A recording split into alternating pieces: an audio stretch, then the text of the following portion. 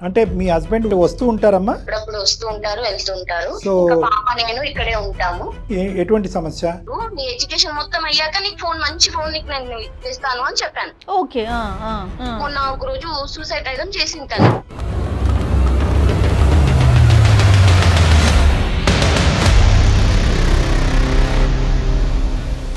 ఇంకోటి ఏంటంటే ఇంట్లో నుండి డబ్బులు కొంచెం మాయమైపోతున్నాయి. నేను పెట్టిన అల్మార్లో డబ్బులు అని ఉండట్లేదు.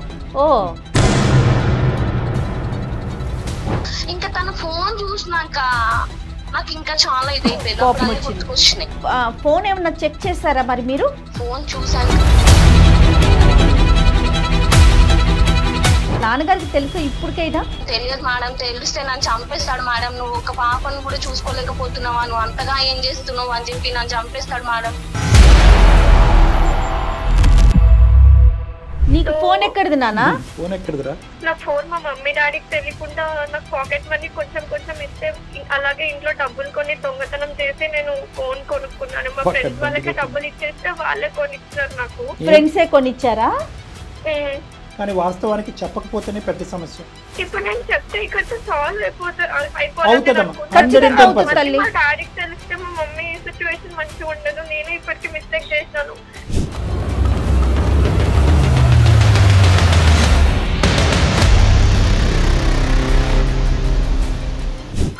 స్టార్టింగ్ కాస్త కొంచెం కేరింగ్ లోకి వెళ్ళి పర్సనల్ ఫొటోస్ కూడా షేర్ చేసుకునేంత వరకు వెళ్ళింది వాడు.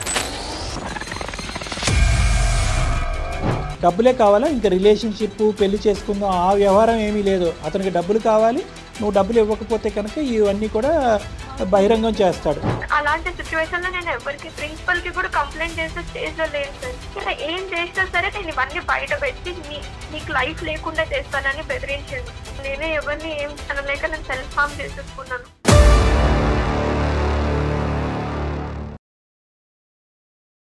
వేరికోస్ వెయిన్స్ కి సరైన చికిత్స కోసం సంప్రదించండి ఎవిస్ హాస్పిటల్. ఎవిస్ హాస్పిటల్ సమర్పించు అందమైన జీవితం కార్యక్రమానికి స్వాగతం. నమస్తే కళ్యాణ్ గారు. నమస్తే జయ గారు. కళ్యాణ్ గారు, లోకేశ్వరి అనే ఒక ఆవిడ మనకి మెయిల్ చేసిందండి. ఒక తల్లి బాధ, ఎంత బాధాకరమైన సిచ్యువేషన్ అయితే మాటల్లో చెప్పలేను కళ్యాణ్ గారు. నేను మీరే మాట్లాడదురు కళ్యాణ్ గారు. నేను కాల్ చేస్తాను. లోకేశ్వరి. లోకేశ్వరి. ఒకసారి కాల్ చేస్తానండి. Okay madam.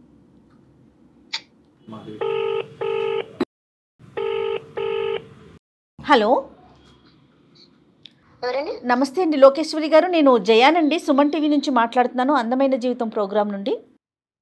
నమస్తే మేడం. నాతో పాటు డాక్టర్ కళ్యాణ్ చక్రవర్తి గారు ఉన్నారు. ఒకసారి మాట్లాడతారా? మాట్లాడుతున్నా. అమ్మ లోకేశ్వరి. నమస్కారం సార్. నమస్తే అమ్మ. నమస్తే అమ్మ. ఏంటమ్మా సమస్య? ఎవరిది? సార్ నాదే సార్ సమస్య. అంటే చెప్పమ్మా. నాకు ఒక పాప ఉంది. అమ్మా.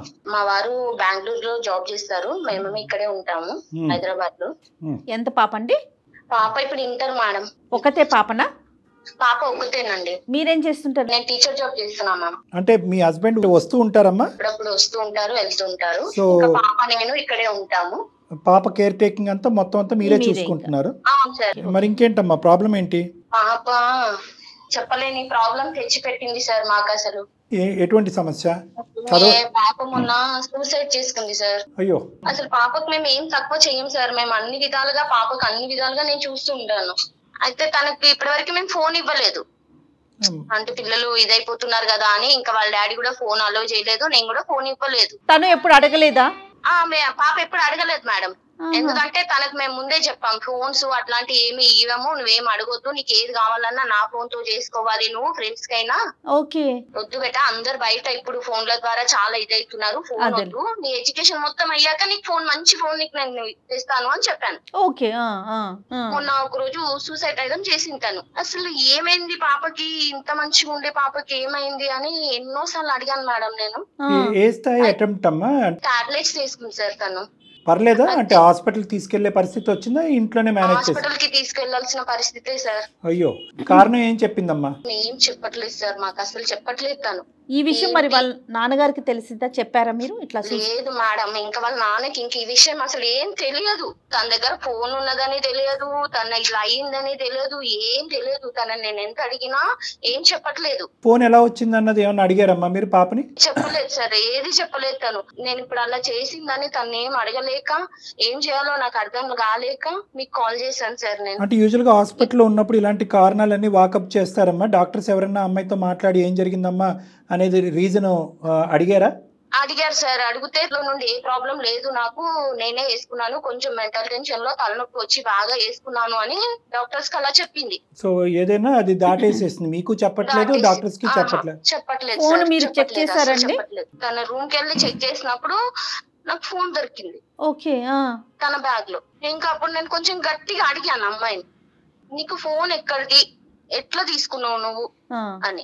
ఇంకోటి ఏంటంటే ఇంట్లో నుండి డబ్బులు కొంచెం మాయమైపోతున్నాయి, నేను పెట్టిన అల్మార్లో డబ్బులు అని ఉండట్లేదు. పాప అయితే అట్లాంటిది కాదు, సరే నేనే మర్చిపోతున్నానేమో అని ఒక థాట్ లో నేను అలా అనుకుంటూ వచ్చా. అదేలే, అలా అనుకుని ఆగిపోయా. ఇంకా తన ఫోన్ చూసినాక నాకు ఇంకా చాలా వచ్చినాయి. ఫోన్ ఏమన్నా చెక్ చేశారా మరి మీరు? ఫోన్ చూసాను కానీ తన పాస్వర్డ్ చెప్పట్లేదు మేడం. తనని గట్టిగా అడుగుతుంటే ఏడుస్తుంది కానీ ఏం చెప్పట్లేదు. సరే ఇంకా నేను ఇంకెక్కువ బలవంతం చేస్తే ఏమన్నా ఇచ్చేస్తుందేమో అని భయం వేసి. ఆల్రెడీ భయపెట్టింది కదా. ఎన్ని రోజులైందమ్మా హాస్పిటల్ నుంచి డిశ్చార్జ్ అయ్యి ఇంటికి వచ్చి? జస్ట్ 4 days అవుతుంది సార్. సరే ఒకసారి ట్రై చేద్దాం అమ్మా. సార్ ఎట్లయినా చేసి మా పాపని, అది ఏంటి విషయం తెలిసి మాకు చెప్పండి సార్. నాన్నగారికి తెలుసా ఇప్పటికైనా? తెలియదు మేడం, తెలిస్తే నన్ను చంపేస్తాడు మేడం. నువ్వు ఒక పాపను కూడా చూసుకోలేకపోతున్నావా, నువ్వు అంతగా ఏం చేస్తున్నావు అని చెప్పి నన్ను చంపేస్తాడు మేడం. చాలా సెన్సిటివ్ మేడం తను. పాప ఫ్రెండ్స్ గానీ తను అసలు ఎవరితో క్లోజ్ గా మూవ్ అవుతుంది గానీ ఇలాంటివి ఏమన్నా తెలుసా మీకు? కాలేజ్ మేడం నా ఫోన్ తోటి 2-3 సార్లు ఒక అమ్మాయితో మాట్లాడేది. నేను అనేదాన్ని, ఎవరు మాట్లాడినా నా ముందే మాట్లాడాలి, నువ్వు ఏం చాట్ చేసినా నా ముందే చాట్ చేయాలి అని చెప్పి. సో తన సర్కిల్ ఏంటో కూడా మీకు ఒక ఐడియా ఉంది, ఎవరితో మాట్లాడుతోంది ఏంటనేది? తన ఫ్రెండ్ ఒక ఆమెతో మాట్లాడుతూ ఉంటుంది మేడం. మిగతా యాక్టివిటీస్ అవన్నీ ఎలా ఉంటాయండి? చదువుకోవటం, మిగతా కల్చరల్ యాక్టివిటీస్ అవన్నీ? చదువుకోవడంలో క్లాస్ ఫస్ట్ మేడం, తను బాగా చదువుతుంది అమ్మాయి. అట్లానే మేము ఏ దాంట్లో ఇన్వాల్వ్ చెయ్యొద్దు అని చెప్పి దేనికి, ఎందుకంటే ఈ మధ్య ఫోన్లలో చాలా ఇదైపోతుంది కదా మేడం. అందుకే తనకి ఎక్కడికన్నా తీసుకెళ్లాలన్నా నేనే, ఇద్దరం హ్యాపీగా మంచిగా ఉంటాం మేడం మేము. అమ్మ ఇప్పుడు కాదు కానీ ఇంతకు ముందు ఎప్పుడైనా బాయ్ ఫ్రెండ్స్ లేదంటే ఇలాగ ఏదైనా కోసుకోవటము అలాంటివి ఎప్పుడైనా జరిగినాయి అమ్మా? ఎప్పుడు జరగలేదు సార్, అలాంటి ఏం జరగలేదు సార్ అలాంటి. సో బేసికలీ ఇప్పుడు మీరు మమ్మల్ని ఏం ఆశిస్తున్నారంటే అమ్మాయి మనసులో ఏముందో కనుక్కోమంటున్నారు. కావాలి సార్, ప్లీజ్ సార్. ఎట్లయినా అమ్మాయి మనసులో ఏముందో, తన బాధ ఏందో మాకు చెప్పుకునేటట్టుగా కొంచెం చేయండి సార్ ప్లీజ్. మీతో అయినా చెప్పేటట్టుగా చేయండి సార్ ప్లీజ్ సార్. మరి పాప ఎక్కడుందమ్మా ఇప్పుడు? పక్కనే ఉంది సార్. ఫోన్ ఇస్తారా పాపకి, మాట్లాడచ్చా? మాట్లాడండి సార్, నేను లోపలికి వెళ్తున్నాను, ఇస్తున్నాను పాపకి ఫోన్. ఇట్లా డాక్టర్ గారు లైన్ లో ఉన్నారన్న ఒక మాట చెప్పి పాపకి ఇవ్వండి. కానీ ఒకేసారి ఇంత పీక్ స్టేజ్ కి వెళ్ళిపోతారా డాక్టర్ గారు? చిన్న క్రైసిస్ కాదు, పెద్ద క్రైసిస్ ఉండుంటది. అంత చిన్నదానికైతే అంటే ఎందుకంటే ఇప్పటి వరకు ఎలాంటి ఇష్యూ చూడలేదని చెప్తుంది వాళ్ళ అమ్మ. ఏదో ఒక థ్రెట్ గానీ లేదంటే ఒక చూడకూడని పరిస్థితి గానీ ఏదో ఒకటి ఉండుంటది. హలో, నీ పేరేంటమ్మా? స్నిగ్ధ సార్. స్నిగ్ధ, ఓ చక్కటి పేరు. స్నిగ్ధ ఏం చదువుతున్నానన్నా? నేను ఇంటర్మీడియట్ ఫస్ట్ ఇయర్ సార్. ఎంపీసీయా బైపీసీయా లేదంటే ఆర్ట్స్ అమ్మా? ఏంటి? ఎంపీసీయా సార్. 10th ఎంత వచ్చిందమ్మా పర్సెంటేజ్? 9.8 వచ్చాయి. బా సూపర్ నాన్న. మరి మంచి తెలివైన అమ్మాయి. మరి ఏంటన్నా నువ్వు చేసిన పని, ఎందుకు అలా చేసావు? బై ద వే నా పేరు డాక్టర్ కళ్యాణ్ చక్రవర్తి అమ్మ. నేను సుమన్ టీవీ అందమైన జీవితం నుంచి మాట్లాడుతున్నాను. ఎప్పుడన్నా చూసావా మా ప్రోగ్రాము? లేదు సార్, నేను చూడలేదు. సరే సరే, డైరెక్ట్గా మేము ఇలాగా అడగటం అనేది నీకు కొద్దిగా ఇబ్బందికరంగానే ఉంటుంది. 2 అంశాలు, ఒకటి ఫోన్ దొరకటం, రెండోది నువ్వు సూసైడ్ అటెంప్ట్ చేయటం. ఈ అంశాలు నాన్న వరకు వెళ్తే కనుక మీ ఇద్దరి పరిస్థితి చాలా ఘోరంగా ఉంటుంది అనేది అమ్మ భయం. ఏదేమైనా అమ్మ సింగిల్ హ్యాండెడ్గా డీల్ చేయాలి కాబట్టి నువ్వు కొద్దిగా ఓపిక చేసుకుని ఏమున్నా కూడా ధైర్యంగా. నాకు భయం వేస్తుంది సార్ మీతో మాట్లాడాలంటే. ఏమీ పర్లేదమ్మా, మీ ఫ్యామిలీలో ఒక మెంబర్గా నన్ను భావించు. ఎటువంటి భయం లేదు, ఏది ఉన్నా కూడా గోప్యంగానే ఉంచుదాం. నాన్న వరకు ఏది తీసుకెళ్లకుండా ప్రయత్నం చేద్దాం. నువ్వు ఇప్పుడే చెప్తే చిన్న సమస్య చిన్న పరిష్కారంతోనే పోతుంది. లేదంటే పెద్ద సమస్య కింద మారితే కనుక మా దగ్గర పరిష్కారం ఉండదు. అది కూడా గుర్తుపెట్టుకోవాలి నువ్వు. లేదు మమ్మీ, నేను చెప్పలేను. ఒక్కసారి ట్రై చేయమ్మా. చెప్పలేను సార్. అమ్మ కూడా ఇక్కడ ఓదార్పు కోరుకుంటుంది. దిక్కుతోచినటువంటి పరిస్థితిలో మా వరకు ఫోన్ చేసింది. ప్లీజ్ అమ్మా.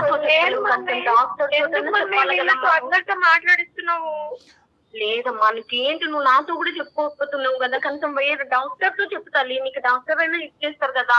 నేనంటే సరే ఏమన్నా అంటాను అనుకుంటున్నా, నేను పక్కకి వెళ్ళిపోతాను, నువ్వు డాక్టర్ తో నువ్వు ఫ్రీగా మాట్లాడు, ఓకేనా? స్నిగ్ధ ఒక్క నిమిషం ఒక్క నిమిషం నా మాట విను. నువ్వు చెప్పకుండా ఉండటం వల్ల నువ్వు లోపల ఎంత కుంగిపోతున్నావు అనేది మాకు అర్థమవుతుంది. నువ్వు మాకు చెప్పకపోవటానికి ప్రధానమైన కారణం ఏంటంటే, నాకు తెలిసేంతవరకు చెప్తే ఒక సమస్య, చెప్పకపోతే ఒక సమస్య, కానీ వాస్తవానికి చెప్పకపోతేనే పెద్ద సమస్య. నువ్వు తెలివైనటువంటి ఆడపిల్లవి. ఇప్పుడు నేను చెప్తే ఇక్కడ సాల్వ్ అవుతుందమ్మా, మా డాడీకి తెలిస్తే మా మమ్మీ సిచ్యువేషన్ మంచిగా ఉండదు. నేను ఇప్పటికి మిస్టేక్ చేసినాను, మా మమ్మీకి కూడా చెప్పాలంటే నాకు భయపడుతూనే నేను చెప్పలేకపోయాను. అమ్మా చాలా చిన్న పిల్లవి, చాలా చాలా చిన్నదానివి, నువ్వు మెచ్యూర్డ్ గా ఆలోచించు కొంచెం. ఈ వయసులో, ఈ 16 సంవత్సరాల వయసులో పరిష్కారం లేనటువంటి సమస్యలు ఏమన్నా ఉంటాయి అని నేనైతే అనుకోవట్లేదమ్మా. ఎటొచ్చి నీ భావన ఏంటంటే కనుక చెప్తే ఒక ప్రాబ్లం, చెప్పకపోతే ఒక ప్రాబ్లం. ఈరోజు చెప్తే కనుక ఈ బాధ ఇక్కడితో తీరిపోతుంది. అమ్మకి కానీ నీకు కానీ మేము చక్కటి పరిష్కార మార్గం చెప్తాము. ఇంక ఇక్కడి నుంచి నీ చదువు, తెలివైనటువంటి ఆడపిల్ల కాబట్టి చదువు స్మూత్గా ముందుకెళ్ళిపోతుంది. లేదంటే కనుక ఈ సమస్య ఇంకో సమస్య కింద మారి నువ్వు తీవ్రకరమైనటువంటి డిప్రెషన్లోకి వెళ్ళటం, దాంతోపాటు అమ్మ కూడా ఇబ్బంది పడటం, ఇలాంటి పరిస్థితులనే వస్తాయి. ఏది పాడైనా కూడా నీ కెరియర్, నీ చదువు అయితే పాడవాలని నువ్వు అనుకోవట్లే కదా? రైట్. 210% నా మీద భరోసా పెట్టుకుని ధైర్యంగా ఉన్నది ఉన్నట్టుగా చెప్పు ప్లీజ్. సార్ నేను 10th వరకు బాగానే చదివినాను సార్, నాకు మంచి మార్క్స్ వచ్చాయి. గుడ్. అయితే నా ఫ్రెండ్స్ అందరికి స్కూల్లో కూడా ఫోన్స్ పంపిస్తుండే వాళ్ళ పేరెంట్స్. నా ఫ్రెండ్ సర్కిల్ లో 2-3 బాగా ఫోన్స్ వాడుతుంటే, నీకు ఇంకా ఫోన్ లేదా, ఫోన్ ఎందుకు వాడవు, అందరం మేము రీల్స్ చేస్తున్నాము, స్నాప్చాట్ వేసుకున్నాము అని వాళ్ళు నాకు చెప్పారు. సో స్నాప్చాట్ అంటే ఏందో కూడా తెలియదు నాకు. ఇన్స్టాగ్రామ్, స్నాప్చాట్ ఇవన్నీ ఇన్స్టాల్ చేయించారు ప్లే స్టోర్ లో. నీకు ఫోన్ ఎక్కడిది నానా? ఫోన్ ఎక్కడిదిరా? నా ఫోన్ మా మమ్మీ డాడీకి తెలియకుండా నాకు పాకెట్ మనీ కొంచెం కొంచెం ఇస్తే, అలాగే ఇంట్లో డబ్బులు కొని దొంగతనం చేసి నేను ఫోన్ కొనుక్కున్నాను. మా ఫ్రెండ్స్ వాళ్ళకి డబ్బులు ఇచ్చేస్తే వాళ్ళే కొనిచ్చినారు నాకు. ఫ్రెండ్సే కొనిచ్చారా? స్నాప్చాట్ అది ఓపెన్ చేసుకుని దాంట్లో ఏం చేస్తారమ్మా?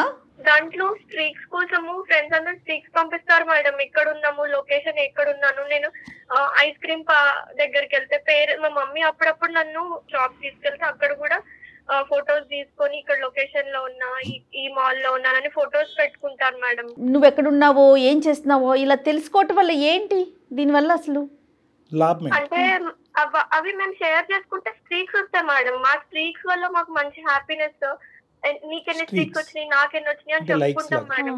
అట్లా ఒకసారి ఏమైందంటే, ఒక అన్నోన్ పర్సన్ కరణ్ అని నాకు యాడెడ్ యూ అని నాకు చూపించినారు, నేను యాడ్ అయినట్టు. సరే తను మెసేజ్ చేయడం స్టార్ట్ చేశాడు, నేను కూడా రిప్లై ఇస్తుండే. అట్లా ఆ స్టార్టింగ్ కాస్త కొంచెం కేరింగ్ లోకి వెళ్ళి పర్సనల్ ఫొటోస్ కూడా షేర్ చేసుకునేంత వరకు వెళ్ళింది మేడం.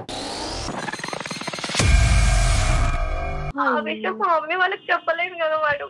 అతను ఒకసారి ఏమన్నాడంటే, నీ ఫొటోస్ అని నేను అన్ని బయట వైరల్ చేసేస్తాను అని మార్ఫింగ్ చేసి నాకు శాంపిల్ కూడా పంపించాడు. ఓకే, ఫోటోలు పంచుకోవటం, షేర్ చేసుకోవటం వరకు ఓకే, అక్కడ వరకు రాకూడదు కానీ వచ్చారు. కేరింగ్ తర్వాత తను వల్గర్ గా మాట్లాడడం స్టార్ట్ చేశాడు. నచ్చకపోతే నేను నార్మల్ గా ఫ్రెండ్స్ కి ఎలా షేర్ చేసుకుంటామో ఫొటోస్, సెల్ఫీ వీడియోస్ అవి మార్ఫింగ్ చేసేసి చాలా గలీజ్ గా చేసి నాకే పంపించి. డబ్బులు ఏమన్నా అడిగేవాడబ్బా? డబ్బులు ఏమన్నా అడిగేవాడా? అదే ప్రాబ్లం వచ్చింది. మా ఇంట్లో వాళ్ళకి తెలియకుండా డబ్బులన్నీ ఇచ్చేస్తాను, నేను డబ్బులు కావాలి లేకపోతే ఇవన్నీ బయట పెడతాను అని ఒకసారి డబ్బులు ఇవ్వడం స్టార్ట్ చేశాను నేను. ఇంకా ఇవ్వకపోతే నేను ఇది మొత్తం సోషల్ మీడియాలో వైరల్ చేస్తా, ఫేస్బుక్ లో పెడతాను అని నన్ను బాగా బెదిరించాడు మేడం. ఇంకా నేను ఆ టైంలో మా మమ్మీకి కూడా చెప్పుకోలేదు.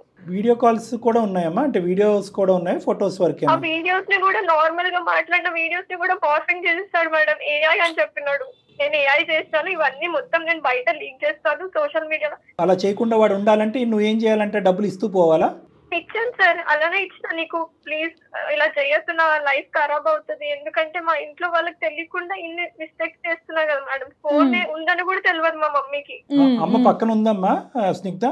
ఉన్నారు సార్, ఉన్నారు. Okay okay. ఎక్కడో చోట నీ ఫ్రెండ్స్ యొక్క సహాయం తీసుకోలేదా? ఈ గ్రూప్ వీళ్ళందరికి సహాయం తీసుకోలేదా? లేదు సార్, అంత సిచ్యువేషన్ ఇవ్వలేదు సార్ నాకు అతను. ఇంకా నేను తట్టుకోలేకపోయి నేను మా ఇంట్లో కొన్ని టాబ్లెట్స్ ఉంటాయి కదా, రోజు కొన్ని మెడిసిన్స్ వేసుకునే ఉంటాయి కదా, అవి ఇంకా స్లీపింగ్ పిల్స్ ఉంటాయి, అవన్నీ వేసేసుకున్నాను. ఎంతకాలం అమ్మా? చచ్చిపోయేంత వరకు వెళ్ళవలసిన అవసరం ఏముంది? ఫైనల్ గా అసలు అతను ఏం ఎక్స్పెక్ట్ చేస్తున్నాడు నీ దగ్గర నుంచి? డబ్బులే కావాలి మేడం వాళ్ళకి. డబ్బులే కావాలా? ఇంకా రిలేషన్షిప్ పెళ్లి చేసుకుందాం ఆ వ్యవహారం ఏమీ లేదు. అతనికి డబ్బులు కావాలి, నువ్వు డబ్బులు ఇవ్వకపోతే కనుక ఇవన్నీ కూడా బహిరంగం డబ్బులే చేస్తాడు. కావాలి మేడం, ఎందుకంటే నేను డబ్బులు ఇవ్వడం స్టార్ట్ చేశాను కాబట్టి చాలా డబ్బులు డిమాండ్ చేశాడు.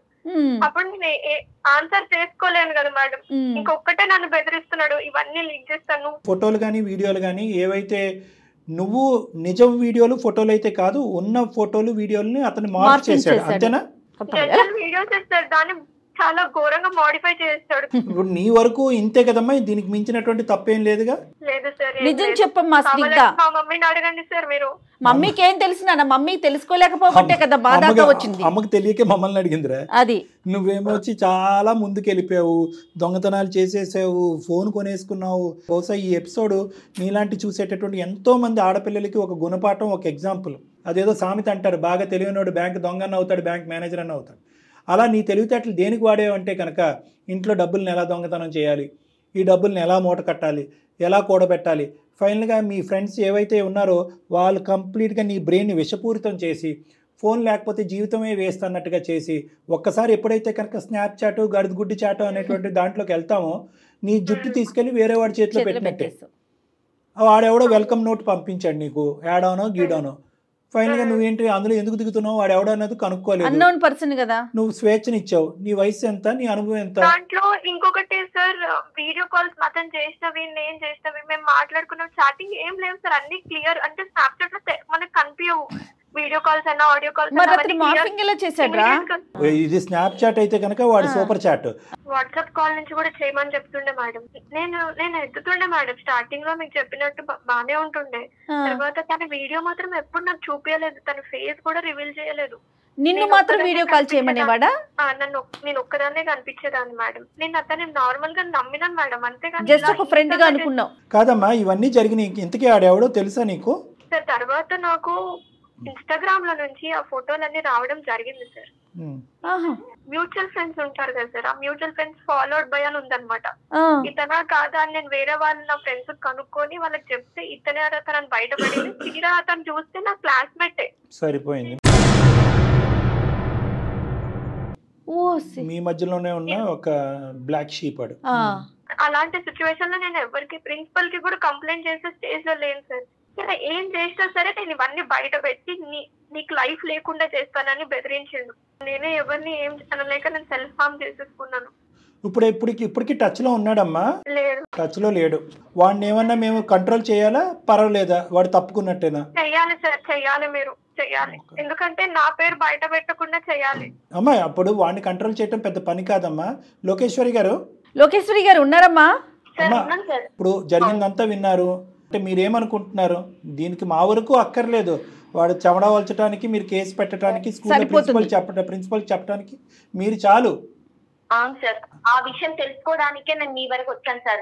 ఇప్పుడు తెలిసిందా సార్, మన తాట తీస్తాను అసలు. ఎందుకంటే నా పాప ఎంత మంచి పాపని ఇట్లా చేసేసిండు వాడు. ఈ రోజు ఇట్లా చేసి ఇట్లాంటి పిల్లల్ని ఎంతమంది నిర్దేస్తాడో వాడిని నేను కాలేజ్ కి వెళ్ళి ప్రిన్సిపల్ కి మరీ చూపించి నేను వాడిని తాట తీస్తాను సార్. ఇప్పుడు వాడు మైనర్ అయ్యామ్మా, సో మేము కూడా డైరెక్ట్ గా వాడితో మాట్లాడటానికి వితౌట్ హిస్ పేరెంట్స్ పర్మిషన్ మేము కూడా అతనితో మాట్లాడకూడదు లీగలీ. అన్నిటికంటే ముఖ్యమైనటువంటి అంశం ఏంటంటే అట్లీస్ట్ మీ అమ్మాయి మనసు విప్పి ఈ వేదికను నమ్ముకుని మాకైతే ఓపెన్ గా మనసు విప్పి చెప్పింది కాబట్టి ఫస్ట్ అది హర్షిద్దాం. మీ అమ్మాయికి మీరు ధైర్యం చెప్పండి. లోకేశ్వరి గారు రానున్న రోజుల్లో మీరు తీసుకునేటటువంటి స్టెప్స్ ఏవైతే ఉన్నాయో అవి ఇంకా సెన్సిటివ్ అంశాలు. అవును, ఎందుకంటే ఆ అబ్బాయిని ఎప్పుడైతే ఇన్వాల్వ్ చేస్తారో స్కూల్ ప్రిన్సిపల్ ఆ అమ్మాయి పేరెంట్స్ని పిలవటం జరుగుతుంది.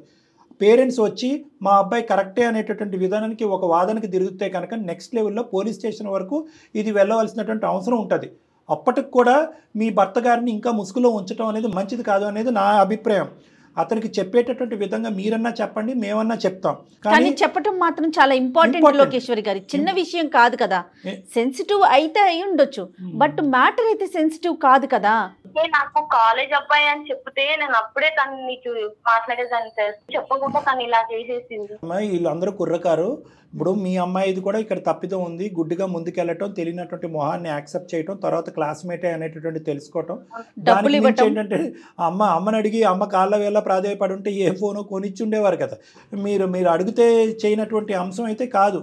C at the end of the day నీలాంటి ఆడపిల్లలు ఏదైతే సమాజంలో ఉండేటటువంటి ఈ సోషల్ మీడియా అనేటటువంటి వ్యామోహంలో కొట్టుకుపోతున్నారు, భవిష్యత్తుని చిందరవందర చేసుకుంటున్నారు, రీల్స్ అంటున్నారు, ఏవో స్ట్రీక్స్ అంటున్నారు, అర్థం పర్థం లేనటువంటి అంశాలు ఉండి ప్రధానంగా జరిగేది ఏంటంటే బ్రీచ్ ఆఫ్ ప్రైవసీ. అంటే ప్రతి ఆడపిల్లకి ప్రతి అబ్బాయికి ఒక ప్రైవేట్ వరల్డ్ అనేటటువంటిది ఉంటుంది.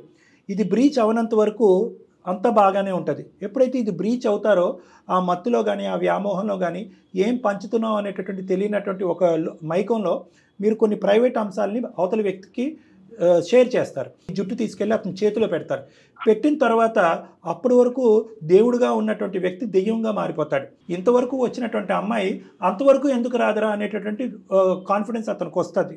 అంటే డబ్బులైనా అవ్వచ్చు, శారీరకపరమైనటువంటి సుఖం అయినా అవ్వచ్చు, ఇంకోటి ఏదన్నా అవ్వచ్చు. ఆ అడ్వాంటేజ్ తీసుకునేటటువంటి పరిస్థితికి మీ ప్రైవసీని బ్రీచ్ చేయకుండా ఉండటం అనేది ప్రధానమైన అంశం. అది ఏ మార్ఫింగ్ చేసినటువంటి ఫోటోలో ఇంకో ఫోటోలో ఈ అమ్మాయి ఒక ఫోటో పంపిస్తేనే కదా వాడు మార్ఫింగ్ చేస్తాడు. ఆ ఫోటో పంపించవలసిన అవసరం ఏముంది? ఆ వీడియో కాల్స్ మాట్లాడవలసినటువంటి అవసరం ఏముంది? ఎన్క్రిప్టెడో గాడుదు గుడ్డో మనకెందుకు అవన్నీ? కాబట్టి నా ఉద్దేశం ఏంటంటే ఈ వెబ్సైటు, ఈ యాప్ సేఫ్, ఈ సోషల్ మీడియా సేఫ్ కాదు అనేటటువంటి అంశాన్ని తీసేసి మన ప్రైవేట్ అంశాలు పబ్లిక్ చేయకుండా ఉండటానికి మీరు చేసుకునేటటువంటి ప్రయత్నం ఏంటి? దేన్ని గుడ్డుగా నమ్మకూడదు, తల్లిదండ్రులను తప్ప. ఈ అమ్మాయి ఏంటంటే తల్లిదండ్రులను తప్ప అన్ని నమ్మేసింది. ఇప్పటికీ కూడా స్నిగ్ధ ఇంకా ఏమన్నా చెప్పకూడదు ఉన్నా, ఏమైనా దాచిపెట్టున్నా ముందస్తే చెప్పేయవలసిందిగా నా విజ్ఞప్తి. ఎందుకంటే కనుక ఇప్పుడు నెక్స్ట్ స్టెప్ అమ్మ ఖచ్చితంగా తీసుకోవాలి. దాన్ని అయితే మాత్రం నువ్వు నిలవరించలేవు, ఆపలేవు. ఫైనల్గా ఏం చేయమంటారు కళ్యాణ్ గారు? ఫైనల్గా ఏమీ లేదమ్మా, స్నిగ్ధ ఇక్కడి వరకు వచ్చింది కాబట్టి నెక్స్ట్ లెవెల్లో కూడా నీ సపోర్ట్ అనేటటువంటిది ఇంపార్టెంట్.